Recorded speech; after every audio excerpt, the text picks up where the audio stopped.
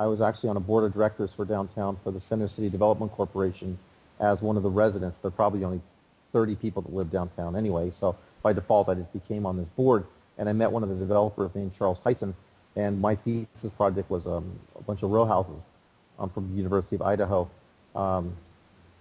And I said, hey, I want to do work for you, like any other architect. I'd like to go on my own and be a poor dumb architect. And he says, you don't want to do that. He says, my mother is land rich and cash poor. I've got a piece of property next to the railroad tracks at 7,000 feet. It's a triangular site. Give me $5,000. Pay $350,000 for the lot and close in 5 months. Okay, that sounds good. And I said, well, would you take 320? He says, you didn't listen to me.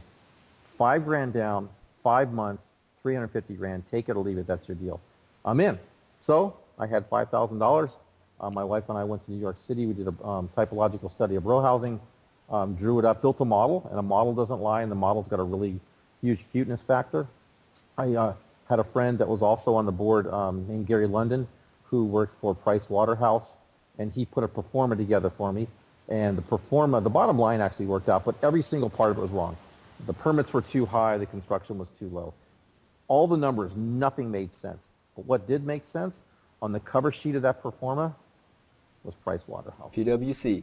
PwC. So I had something I could take to people that I had met in the high rise, and I said, I'm looking for $500,000, and these people knew downtown, and they gave me $500,000.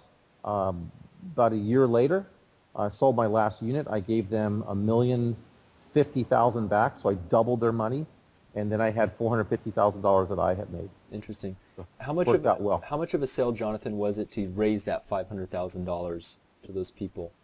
Boy, I hate to say it was easy money, but